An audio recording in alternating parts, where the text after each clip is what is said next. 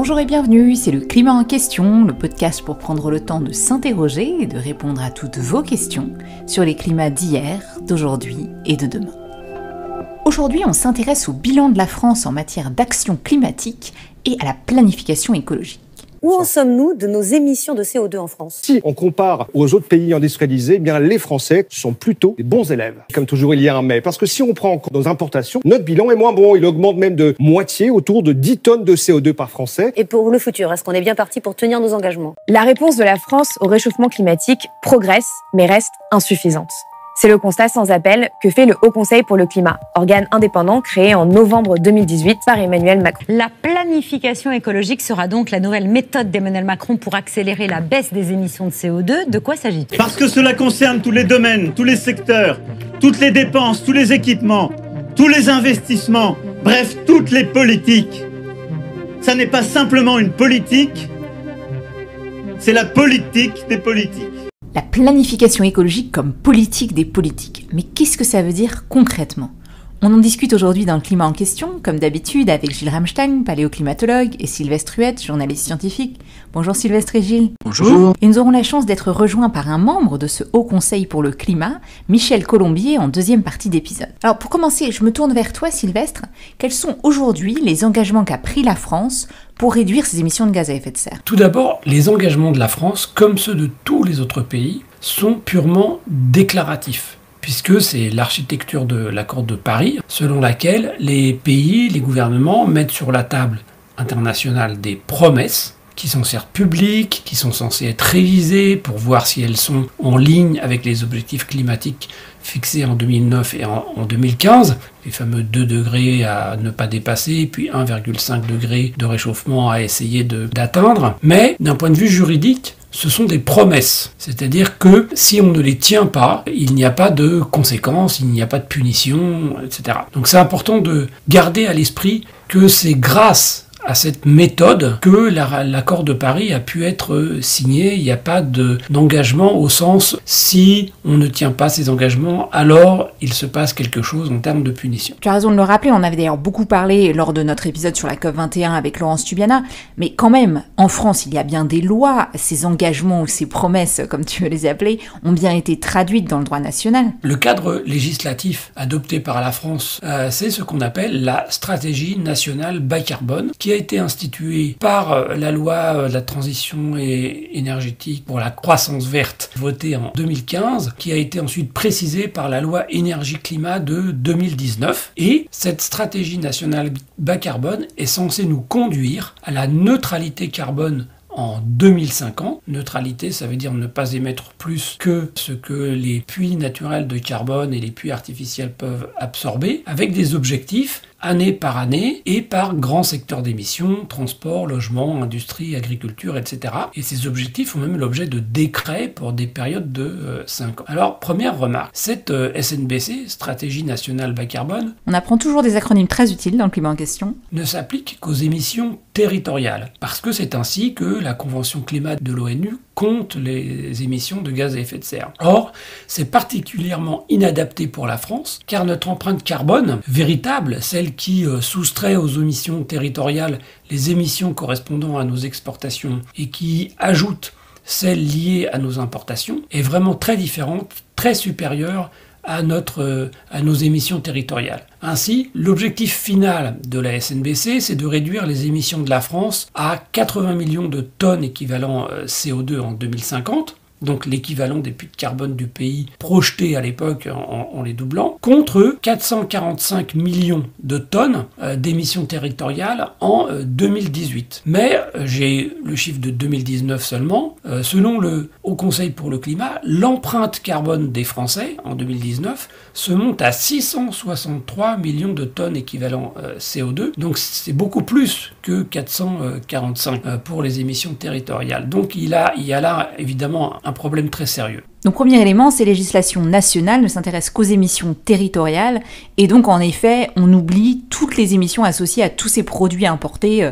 Pensez par exemple à vos meubles ou vos vêtements made in China. Ensuite, dès le début, la trajectoire de la SNBC n'a pas été respectée entre 2015 et 2019 avec des diminutions inférieures à l'objectif. Du coup, la loi a réévalué les objectifs des années suivantes. Autrement dit, on n'a pas réussi à atteindre les objectifs, donc on les a changés. Et c'est quoi ces objectifs du coup aujourd'hui? Alors pour fixer les idées, la SNBC suppose une diminution d'environ 10 millions de tonnes d'équivalent CO2 par an d'ici 2030, puis de 11,5 millions de tonnes par an entre 2030 et 2050, tout en réussissant à presque doubler la capacité des puits de carbone, les sols agricoles, les forêts, des procédés de capture, stockage et carbone émis. Et donc on voit que c'est des objectifs qui sont très ambitieux parce qu'ils supposent que l'effort, il est réitéré chaque année, il est même augmenté à partir de 2030. Et si on regarde le niveau d'effort pour chaque année, c'est peut-être un petit peu plus parlant, je vais reprendre les chiffres du Haut Conseil pour le climat. Aujourd'hui, dans la loi avec la SNBC, on doit réduire nos émissions de 12 millions de tonnes équivalent CO2, c'est-à-dire environ moins 3%. Avec le rehaussement des ambitions avec le paquet européen, on devrait atteindre une réduction d'environ 16 millions de tonnes équivalent CO2, c'est-à-dire environ moins 5% chaque année d'ici à 2030. Et si on se demande d'accord, mais où est-ce qu'on en est aujourd'hui? Pour vous donner une idée, les réductions annuelles depuis 2010, en moyenne, on est à une réduction de 8 millions de tonnes équivalent CO2, c'est-à-dire environ moins 2%. Donc par rapport au niveau réel de réduction des émissions aujourd'hui, ça représente un doublement. Donc autrement dit, Sylvestre, on en est assez loin. Alors évidemment, la crise de la Covid a bouleversé les calculs à cause de la baisse importante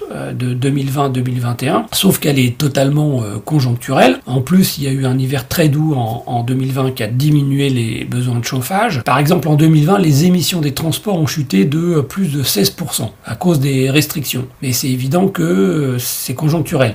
La reprise actuelle des émissions en 2022, accentuée par les difficultés techniques du parc nucléaire d'EDF, montre que en réalité, nous ne sommes toujours pas en ligne avec les objectifs de la SNBC. Oui, et là encore, on pourra publier les chiffres du Haut Conseil pour le climat qui rappellent que les émissions de gaz à effet de serre en France ont réaugmenté d'environ 6,4% entre 2020 et 2021, ce qui fait d'ailleurs dire au Haut Conseil qu'il y a des risques majeurs de ne pas atteindre les objectifs fixés par la France pour la réduction des gaz à effet de serre. Et le Haut Conseil dit également dans son rapport annuel que de nouvelles mesures ont été prises, mais aujourd'hui, parmi les 25 orientations de la stratégie nationale bas carbone, je cite, seules 6 bénéficient de mesures au niveau requis pour atteindre les budgets carbone. Alors, Sylvestre, qu'est-ce que tout ça veut dire? Et on va y revenir avec Michel Colombier, mais aujourd'hui, finalement, on prend des engagements, mais qui est en charge de leur suivi et de leur traduction dans des politiques concrètes pour que tout ça s'aligne avec la réalité, si je puis dire? Alors, comme tous les pays, c'est le gouvernement qui est censé tenir les comptes des émissions de gaz à effet de serre, parce que ça, en revanche, c'est une obligation de la Convention climat. Tous les ans, le gouvernement des pays signataires de la Convention climat doit envoyer au secrétariat de la Convention, à l'ONU, sont des comptes d'émissions de gaz à effet de serre. Donc en pratique, c'est le ministère chargé de la transition énergétique qui produit ces statistiques. Mais en France, il n'y a pas que le gouvernement qui fait ça. Il y a par exemple le CITEPA, qui est une association indépendante du gouvernement, qui produit un rapport annuel très complet, plus complet que celui du gouvernement d'ailleurs, sur les émissions. Et puis il y a aussi les rapports annuels du Haut Conseil pour le climat, le HCC, qui permet d'avoir une vue critique de ces statistiques. Récemment, la climatologue Valérie Masson-Delmotte a été invité à une réunion avec l'ensemble des membres du gouvernement, tous les ministres. Cette initiative, évidemment, était liée à l'idée, oui, il faut que tous les ministres aient un bagage minimum sur la science du climat et ce qu'il faut faire et ce que dit le GIEC. Mais plus profondément, ce qui se passe, c'est que la responsabilité de la mise en œuvre des politiques climatiques visant à obtenir les objectifs de la stratégie nationale bas carbone est aujourd'hui considérée comme étant du ressort de l'ensemble des ministres de tout le gouvernement. Et d'ailleurs, il y a maintenant des gens qui s'occupent de ça auprès du Premier ministre. Le secrétariat général à la planification écologique qui a été créé il y a quelques mois par la Première ministre Elisabeth Borne. Et le pli est pris maintenant de considérer que il faut regarder l'effet climatique de toutes les actions publiques, de tout ce qui est fait en termes de loi, en termes de budget, et de vérifier à chaque fois si on n'est pas en train de prendre des décisions qui sont en contradiction avec les objectifs de la SNBC. Et ça, clairement, c'est un progrès. Donc ça, c'est pour le côté national en France. Mais comme on le disait tout à l'heure, ces engagements, ils s'inscrivent dans un contexte européen et international. Et là, puisqu'on est dans la préparation de la COP27, est-ce que tu peux nous expliquer comment, au niveau international, les pays s'organisent ensemble pour réconcilier, je dirais, le niveau d'engagement avec le niveau de l'accord de Paris et la réalité sur le terrain qui n'est pas du tout alignée avec tout ça? Sur la relation qu'il y a entre les objectifs français et les objectifs de l'Union européenne, le fond de l'affaire, c'est qu'on voit très bien, là avec la crise énergétique liée à la guerre en Ukraine, que l'interdépendance, l'interconnexion très forte entre les économies de l'Union européenne fait que c'est très difficile d'imaginer qu'on puisse atteindre les objectifs sans une très très forte coordination entre les pays de l'Union européenne, notamment pour tout ce qui concerne l'approvisionnement énergétique, les politiques sur l'électricité. Et donc, à mon avis, il est assez clair qu'on a besoin d'une harmonisation des politiques de chaque pays en ce qui concerne les objectifs de décarbonation de l'économie. Donc finalement, on en revient à l'extrait qu'on entendait d'Emmanuel Macron tout à l'heure.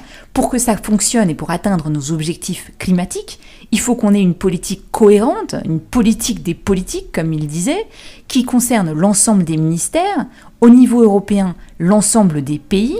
Et qu'en est-il au niveau international? Pour l'instant, ce qui se passe en termes de coopération mondiale, dans le cadre des conférences des parties de la Convention climat, c'est que tout le monde a bien été obligé de constater que les objectifs fixés en 2015 n'étaient pas en ligne avec les pas plus de 2 degrés, donc je parle même pas des pas plus de 1,5, qu'on est plutôt sur une trajectoire en se fondant sur le fait que les promesses sont toutes tenues, ce qui est déjà très optimiste, une trajectoire qui va vers au moins les 3 degrés. Donc au niveau mondial, ce qui est à l'ordre du jour, c'est de réviser les promesses pour qu'elles soient plus en ligne avec l'objectif des 2 degrés C. Mais je dirais aussi que si on se contente de durcir les promesses, mais que les politiques concrètes qui y sont attachées ne changent pas, on ne fera qu'accroître l'écart entre les paroles et les actes. Et donc ce qui est très clair, c'est que on est dans une situation où la réalisation de l'objectif de neutralité carbone pour les pays développés au milieu du siècle et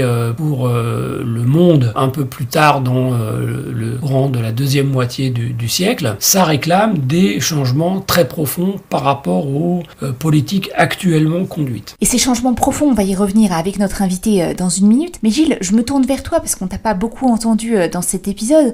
On a parlé de la gouvernance du climat du côté des politiques, du côté des ministères, avec ce secrétariat général à la planification écologique rattaché à la première ministre, des lettres de mission pour que l'ensemble des ministres se saisissent de ces sujets. Mais on n'a pas beaucoup parlé d'acteurs clés dans cette histoire que sont les scientifiques qui ont à la fois eu un rôle de lanceurs d'alerte, qui permettent de mesurer les impacts futurs du réchauffement climatique selon différentes trajectoires et de nous aider à réfléchir à quels sont les objectifs climatiques qu'on devrait se fixer. Alors, question vaste, mais comment est-ce que toi tu vois cette articulation entre le rôle des scientifiques et le rôle des politiques dans cette grande gouvernance pour l'action climatique? En fait, Céline, cette question, elle est vaste parce que les scientifiques, depuis plus de 30 ans, ils ont finalement fait leur travail au niveau international qui consistait à montrer où on en était et ce qui allait se passer dans le siècle qui vient, suivant différents scénarios qui sont en fait globalement différentes trajectoires énergétiques. Ça, c'est vraiment un rôle de documentation. Et d'ailleurs, dans le GIEC, c'est tout ce qui leur est demandé. Mais évidemment, les scientifiques, ils interviennent aussi dans de très nombreux domaines. Ils interviennent parce qu'ils essaient de trouver les meilleures solutions et les meilleures techniques pour l'attribution, par exemple, des émissions de CO2 et des émissions de méthane, parce que c'est une chose que les États déclarent et c'est autre chose d'être capable de mesurer et d'attribuer à certains États un certain nombre d'émissions. Donc ça, c'est un point. Il y a aussi, par exemple, au Conseil pour le climat, qui lui ne fait pas que constater et de donner des informations, comme c'est le cas du GIEC, c'est aussi d'une certaine façon de regarder comment la politique est mise en œuvre dans les différents domaines, dans les différents secteurs, et d'alerter quand il y a un écart trop grand entre ce qui est dit et ce qui est fait. Et donc ça aussi, c'est un enjeu important dans lequel les scientifiques sont pour regarder les impacts du changement climatique réel par rapport à ce qui est proposé. Alors, si tu veux, il y a un moment donné, même si les scientifiques s'investissent bien au-delà du simple constat, comme je viens de l'expliquer. Il y a quand même un moment où finalement le discours doit être entendu, appréhendé et pris en charge par les politiques pour conduire une politique. Donc c'est ça en fait tout l'enjeu des dizaines d'années qui viennent. Oui, ce sera également le défi de cet effort de planification écologique si on veut vraiment que ça réussisse. En tout cas, merci beaucoup Sylvestre et Gilles et on continue à réfléchir à tous ces enjeux avec notre invité. Michel Colombier, bonjour, bienvenue dans le Climat en question. Bonjour. Alors je vais me permettre de tutoyer puisqu'on a travaillé ensemble et que c'est comme ça qu'on fait dans la vraie vie, donc je vais faire pareil dans cet épisode. Tu es directeur scientifique de l'IDRI, l'Institut pour le développement durable et les relations internationales, et tu es donc membre de ce Haut Conseil pour le climat. Et ma première question justement, si on a beaucoup parlé de ce Haut Conseil pour le climat, qu'est-ce que c'est exactement et quel est son rôle ? Alors, le Haut Conseil pour le climat, en fait, il propose des évaluations indépendantes de la politique climatique française. Son positionnement dans l'espace public, c'est d'être un tiers de confiance, c'est-à-dire quelqu'un qui va apporter une analyse qui soit robuste, qui soit basée sur un travail analytique de l'évaluation de la mise en œuvre des politiques publiques. Donc pour faire ça, on est un groupe de 13 personnes avec des origines très différentes, aussi bien en matière disciplinaire. Il y a des climatologues, il y a des agronomes, des sociologues, des économistes, des ingénieurs aussi, et aussi des différences professionnelles différentes, c'est important, c'est-à-dire qu'il y a des gens qui sont vraiment des académiques, il y a des gens qui ont travaillé dans la sphère publique ou dans la sphère privée également, et on est nommé pour 5 ans, ce qui est important pour notre indépendance, de la même façon qu'on a notre propre budget et qu'on est appuyé par une équipe de recherche et de communication. Alors pour faire ça, du coup, on a plusieurs modes d'intervention. Le premier, c'est qu'on produit un rapport annuel, c'est-à-dire que tous les ans, on va faire un bilan sur l'état des politiques publiques, dans lequel on essaye d'avancer notamment une mesure qu'on appelle le policy gap, c'est-à-dire qu'est-ce qui manque, qu'est-ce qui est insuffisant dans les politiques publiques pour atteindre les objectifs qu'on s'est donnés, notamment dans la stratégie nationale bas carbone. C'est pas le seul mode d'intervention, on est aussi éventuellement saisi par le gouvernement de questions particulières et on a la capacité de s'auto-saisir, ce qu'on peut faire soit pour faire des rapports, par exemple des rapports techniques, sectoriels, mais aussi parfois sous forme de lettres pour interpeller le gouvernement sur des sujets qui sont plus des sujets d'actualité. Et puis, dernière chose importante dans ce rôle, je crois, c'est le positionnement qui nous est donné par le décret de création, qui fait qu'on rapporte évidemment au gouvernement. Le gouvernement a une obligation de nous répondre, tout ça est public, et nous rapportons également au Parlement, à qui nous allons présenter notre rapport, et donc on a un échange institutionnalisé avec le gouvernement et avec le Parlement sur les analyses qu'on peut mener. Alors tu nous parlais à l'instant de policy gap, on parlait tout à l'heure de planification écologique, c'est-à-dire de politique publique dans l'ensemble des ministères, toutes cohérentes entre elles pour vraiment accélérer ou permettre cette transformation de l'ensemble des secteurs. Toi, dans ton rôle à l'IDRI, avec les équipes de chercheurs dans de très nombreux pays d'ailleurs, vous avez travaillé à ces plans de transformation profonde de l'économie. Pourquoi est-ce que c'est tellement compliqué d'y arriver ? Et en même temps, pourquoi c'est tellement important ? Alors, je crois que ce qu'il faut comprendre, c'est d'abord pourquoi on se pose cette question d'une planification. C'est-à-dire que si on veut combattre efficacement le changement climatique, c'est pas suffisant de regarder autour de soi, de chercher des opportunités pour réduire des émissions. Ça peut même être complètement contre-productif. On le sait parce qu'on peut mettre en place des solutions qui sont des solutions momentanées, qui vont nous conduire à des impasses. C'est aussi extrêmement contre-productif d'un point de vue politique, parce que ça veut dire qu'on va mobiliser des énergies finalement autour de transformations qui ne sont pas des transformations valides à long terme. Donc c'est important d'avoir cette capacité de remise en question de l'ensemble finalement des dimensions de notre organisation collective, de notre rapport à l'énergie, à l'alimentation, etc., qui sont générateurs de gaz à effet de serre. Et dans cette remise en question, d'accepter une grande radicalité, parce que c'est ce que nous demande la science, une très grande radicalité. Et donc à partir du moment où on parle de radicalité, évidemment, on rentre dans une question politique majeure qui est-ce que cette radicalité est faisable ou est-ce qu'elle est totalement inaccessible ? C'est vraiment tout l'intérêt de cette question de planification, ou en tout cas de projection sur le futur, d'être capable de parler de radicalité à des horizons qui sont à la fois suffisamment proches pour qu'on puisse comprendre ce que l'on peut faire et suffisamment lointains pour que la radicalité soit acceptable ou qu'en tout cas, elles nous permettent d'anticiper, de prévoir des compensations, de prévoir les transformations dans les règles, dans les institutions, les investissements, etc., qui font qu'on peut l'atteindre de façon progressive, mais avec une feuille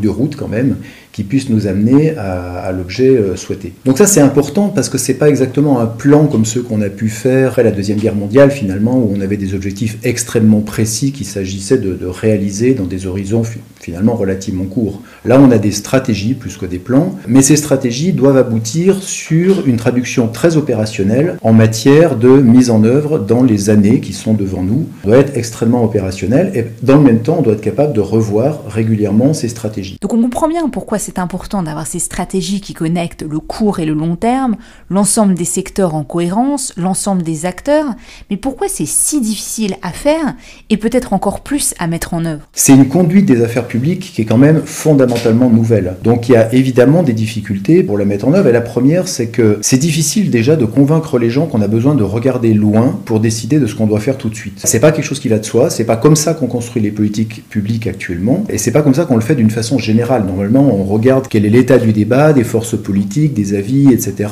et puis on essaye de trancher dans ce débat. Or, si les gens sont vraiment convaincus de regarder les choses avec les radicalités nécessaires, l'exercice, il va amener évidemment à exacerber des tensions. Il va amener à se rendre compte que dans cette affaire-là, il y a des modifications importantes, qu'il y aura des gagnants, qu'il y aura des perdants, qu'en tout cas des gens qui vont être remis fortement en question. Et donc, c'est un travail qui est un travail, par définition, confrontationnel quelque part, qu'il faut arriver à faire, et ça n'est pas facile. Mais inversement, et c'est souvent le cas, si l'exercice reste trop à bas profil politique, si on en fait simplement un exercice technique, alors là, c'est pas très difficile de faire des plans à 2050 avec quelques experts sur ce qui pourrait être fait pour réduire les émissions. Mais finalement, après, ces plans, ils n'ont aucune valeur dans le jeu politique. C'est-à-dire qu'on aboutit à des exercices techniques qui vont être à peine publiés, immédiatement opposés par la plupart des parties prenantes, qui ne vont pas les trouver légitimes. Oui, et ça rejoint finalement la discussion de tout à l'heure sur l'importance de trouver le bon rôle pour chaque acteur et le bon équilibre entre un document, une stratégie qui s'appuie sur des faits scientifiques, qui soit solide techniquement, mais qui en même temps puisse avoir un poids politique et puisse être discuté et partagé par l'ensemble de la société. Alors on va en venir à l'exemple français. Pendant la campagne présidentielle, on en avait parlé dans des épisodes précédents, tout le monde s'était mis plus ou moins à parler de planification écologique, et pourtant ça semble quand même très difficile, et malgré les grands discours sur l'importance de la planification écologique, on peine à la voir mettre en œuvre. Alors à l'IDRI, vous travaillez avec de très nombreux pays, est-ce que d'après vos analyses, vous avez pu voir qu'est-ce qui peut permettre que ça marche ou pas? C'est important de comprendre qu'en fait, il n'y a pas une stratégie possible. C'est-à-dire qu'on ne peut pas simplement réunir des experts autour d'une table, ramasser l'ensemble des bonnes idées, trouver des compromis et trouver une stratégie optimale. À partir du moment où on va s'attaquer à un certain nombre de changements assez radicaux, en ayant comme ligne de mire, en ayant comme guide la question climatique, on va faire ressortir pas mal de possibilités, et ces possibilités, elles auront des valences différentes. Des valences différentes en termes économiques, des valences différentes en termes sociaux, en termes sociétaux aussi, parce qu'elles peuvent rencontrer un certain nombre de valeurs, des valeurs de justice, des valeurs sur d'autres dimensions de l'environnement, par rapport à notre approche des risques, etc. Et donc, on a à la fois besoin de faire un exercice qui associe l'ensemble des parties prenantes au sens un peu général, la société civile, les entreprises, etc., pour comprendre les difficultés, pour comprendre les opportunités, les possibilités. Il ne faut pas simplement, évidemment, faire un exercice dans lequel les choses sont acceptables, il faut essayer de faire un exercice dans lequel les choses sont attractives à moyen terme, et il faut se rendre compte aussi des difficultés de transition. Mais il faut comprendre aussi qu'à la fin, je crois que c'est important, il y a la nécessité d'un jugement politique, c'est-à-dire qu'il y a la nécessité finalement de trancher parmi un certain nombre d'options pour se dire voilà finalement la ligne de conduite qu'on veut adopter, voilà les paris qu'on fait, les choix qu'on fait et comment ils se traduisent dans des politiques à tenir à court terme. Finalement, un plan comme ça, c'est pas seulement un plan d'action pour le gouvernement. Ça a une autre utilité. Et l'autre utilité, c'est que ça ne peut fonctionner que si c'est aussi finalement une référence pour l'ensemble des acteurs de la société. Une référence pour les entreprises dans la façon dont elles vont opérer des choix, dont elles vont anticiper finalement les évolutions à venir et essayer à l'intérieur de cette vision-là de se faire leur propre représentation de leurs intérêts, des changements qu'elles-mêmes doivent opérer, et qu'elles le font non pas uniquement en réaction à des politiques publiques, mais en anticipation, en essayant de se positionner dans ce jeu, au lieu de simplement se positionner comme des lobbies qui essayent de défendre les intérêts à l'intérieur du logiciel et du combat d'intérêts qui est celui statique de la situation d'aujourd'hui. Et c'est aussi, à mon avis, important pour donner une perspective aux acteurs aux différentes échelles territoriales, qu'on parle des collectivités locales ou qu'on parle aussi des individus, être capable de se projeter finalement sur cette vision commune, ces envies collectives qu'on peut avoir de transformation, où chacun va être capable d'innover, d'apporter sa pierre et de révéler aussi d'ailleurs les difficultés qu'il pourra rencontrer sur le chemin. Donc la fabrication pour moi est extrêmement importante. Ensuite, il y a une deuxième difficulté, c'est que quand on élabore un plan de ce type-là, quand on en déduit des politiques opérationnelles à court terme, c'est souvent vécu comme étant finalement le plan du ministère de l'Environnement. Et donc un plan porté par un ministère, forcément, il a besoin de se confronter aux objectifs des autres ministères et à un moment donné, il y a ce qu'on appelle des arbitrages. Et donc on va se retrouver dans une situation où une stratégie de transformation va se faire arbitrer face à d'autres réalités, des réalités budgétaires, des réalités de transformation agricole,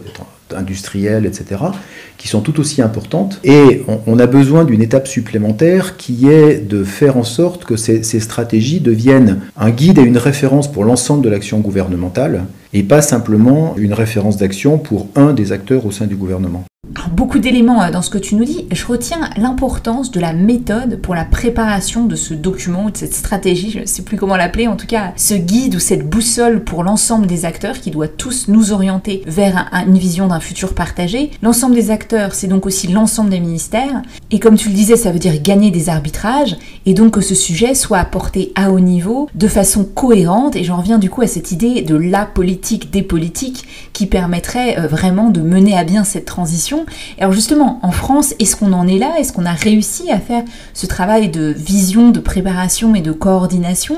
Et quel est le rôle du Haut Conseil pour le climat pour y parvenir?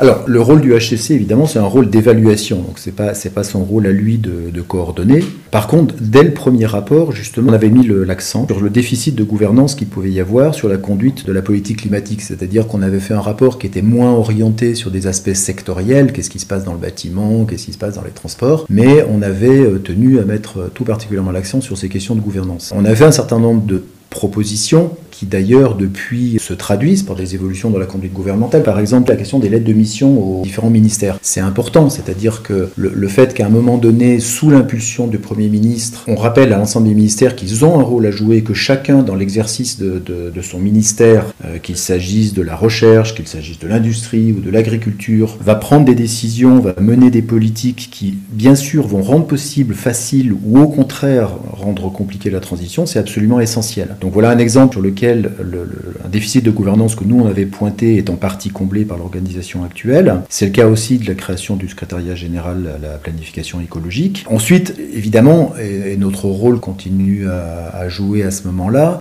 Si on regarde par exemple l'exercice sur les lettres de mission, il est jusque-là, je dirais, en partie satisfaisant seulement, c'est-à-dire que les ministères ont surtout répondu en listant les actions qu'ils mènent dans le domaine climatique, mais sans finalement remettre en question l'ensemble de leur activité par référence aux objectifs de la SNBC. Je reviens à ce que je disais tout à l'heure. Si on ne conduit pas cette politique en ayant comme référence la radicalité nécessaire et ce que ça exige comme action aujourd'hui pour répondre à cette radicalité, évidemment, on va pas forcément y arriver.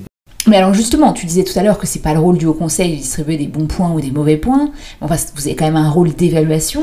Et donc, d'après vos travaux, est-ce qu'on va y arriver à atteindre nos objectifs climatiques? J'ai dit en effet, le rôle c'est pas distribuer des bons points ou des mauvais points. C'est important dans le suivi de l'action d'ailleurs de savoir aussi reconnaître les endroits où les choses évoluent pour comprendre où sont les difficultés et où sont les avancées. Aujourd'hui, notre capacité à atteindre nos objectifs, moi je pense qu'on est capable de les atteindre. Ce qu'on dit dans notre rapport, c'est que ça demande dans un certain nombre de secteurs, pas simplement une accélération de l'action, c'est ça qui est important, mais parfois une transformation de l'action. Tu as dit le Covid, bon, ça a permis de réduire un peu les émissions. En fait, ce que l'on essaye, nous, de tracer dans l'évolution des émissions, c'est pas tellement de savoir si les émissions montent ou baissent, mais c'est de tracer quels sont les changements structurels à l'œuvre. Et on voit bien qu'après une crise comme le Covid, très rapidement, on revient pratiquement à la situation initiale, c'est-à-dire ça ne laisse pas nécessairement de traces fortes sur les émissions. Pourquoi ? Parce qu'on a derrière un appareil industriel, on a derrière des modes de consommation, des infrastructures, etc., qui nous ramènent finalement à la situation antérieure. Donc je crois que le message essentiel de notre rapport, c'est de dire les objectifs sont atteignables, ce n'est pas la question, mais plus que simplement une accélération dans un certain nombre de secteurs, c'est aussi un changement de nature qui est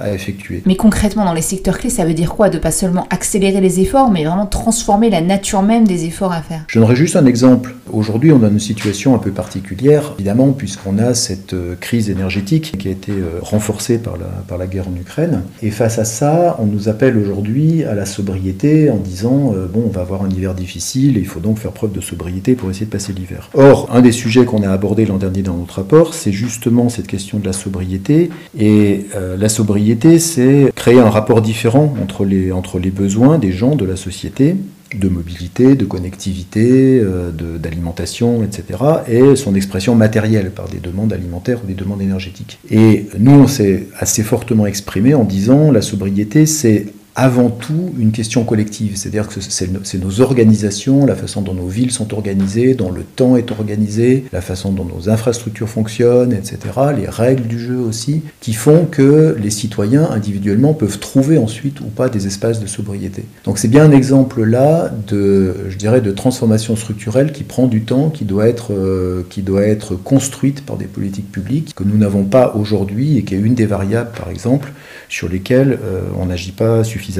Les autres variables, c'est des variables d'investissement, bien sûr, on a besoin d'énormément d'investissement, et puis c'est des variables aussi de changement de règles du jeu dans un certain nombre de secteurs pour favoriser la prise de risque par l'ensemble des acteurs de la société sur le changement, et au contraire de renforcer le risque sur les acteurs qui sont les acteurs les plus immobiles. Donc autrement dit, il ne suffit pas seulement d'accélérer nos efforts en mettant de plus en plus de pulls ou en baissant de plus en plus la température des logements, même si c'est important. Ce qu'il faut, c'est aussi, et j'en reviens à la planification écologique, avoir une stratégie pour la rénovation des bâtiments, par exemple, pour repenser les îlots de chaleur dans les villes, etc. Et ça ne peut se faire que collectivement et qu'avec la puissance publique. On approche malheureusement de la fin de cet entretien. Michel, je voudrais te poser une dernière question et on y reviendra dans les épisodes suivants du climat en question. La COP27 approche à grands pas. Qu'est-ce que tu en attends ? Et par rapport à tous les enjeux liés à cette planification écologique, à l'accélération, à la transformation des efforts, qu'est-ce qu'on peut en attendre ? Je pense que cette COP, elle arrive à un moment important. L'accord de Paris, il s'est construit sur l'idée qu'on avait un enjeu collectif, et l'accord a construit des objectifs qui sont des objectifs universels qu'on a tous acceptés à long terme. Et il s'est construit aussi sur la reconnaissance que l'ambition ajoutée des différents pays n'était pas suffisante, et c'est un état de fait. Cette année, on doit faire un exercice qui s'appelle le Global Stocktake, c'est-à-dire qu'on doit regarder objectivement l'état des politiques en matière climatique et faire un petit peu ce que fait le HCC au niveau national finalement, c'est-à-dire tirer un diagnostic objectif de ce qui est fait, de ce qui n'est pas fait. Et ce qui est fait et ce qui n'est pas fait, c'est pas pour mettre les pays individuellement en accusation. C'est pour se demander où sont les difficultés de la transition, qu'est-ce qu'on doit faire tous ensemble pour l'accélérer. À l'intérieur de ça, il y a évidemment des responsabilités pays, il y a aussi beaucoup de questions qui sont posées sur notre capacité collective de conduire cette transition, sur les coopérations à mettre en place entre les pays pour aider ceux qui ont plus de difficultés, etc. C'est vrai que l'agenda politique international n'est pas un agenda facile. C'est vrai aussi que ces accords-là, on le voit, d'autres négociations environnementales ont la capacité finalement pour l'instant, de permettre encore à une collectivité internationale de s'exprimer sur des sujets qui sont des sujets d'intérêt commun et sur lesquels elle arrive parfois à poursuivre le dialogue quand il ne se poursuit pas ailleurs. Alors moi je suis frappé quand même qu'on revient dans cette discussion beaucoup sur des catégories qui étaient des catégories qui nous ont posé difficulté avant l'accord de Paris, c'est-à-dire finalement sur des notions d'effort ou de partage de l'effort, de division nord-sud, etc., dont on est, je pense, collectivement responsable, notamment parce qu'on n'a pas suffisamment travaillé justement aux solutions collectives qu'on a besoin de mettre en place pour mettre en place l'accord de Paris. Donc moi, ce que j'attendrais quand même de cette COP, c'est que ce soit un moment politique fort pour prendre la mesure de ce qui manque comme ambition, mais pour aussi essayer d'apporter des réponses collectives dans la façon dont on accompagne les pays dans cette transition. Et ça me semble être le genre de moment politique dont on a besoin ensuite, on l'a vu en 2015, pour pouvoir revenir auprès de nos gouvernements et nous-mêmes mettre ensuite la pression nécessaire pour des hausses d'ambition dans la conduite des affaires au niveau domestique. Et c'est bien pour ça qu'on voit d'ores et déjà que les questions de justice climatique, de compensation des pertes et dommages que certains pays auront à subir vont vraiment être au cœur de cette COP27. On y reviendra. Merci beaucoup Michel en tout cas d'avoir été notre invité aujourd'hui et comme d'habitude un grand merci à Alexandre Carrier, Fabrice Étifier et Karim Baldé ainsi qu'à Clément Sundon pour la musique originale de ce podcast fait maison. Si vous aimez le climat en question, n'hésitez pas à nous laisser des commentaires ou des étoiles sur les plateformes de podcast ou sur les réseaux sociaux. On est sur Facebook, Twitter, Instagram et YouTube. Vous pouvez également nous contacter par email, leclimatenquestion avec un s @ecomail.fr. Et je vous donne rendez-vous très vite pour notre prochain épisode.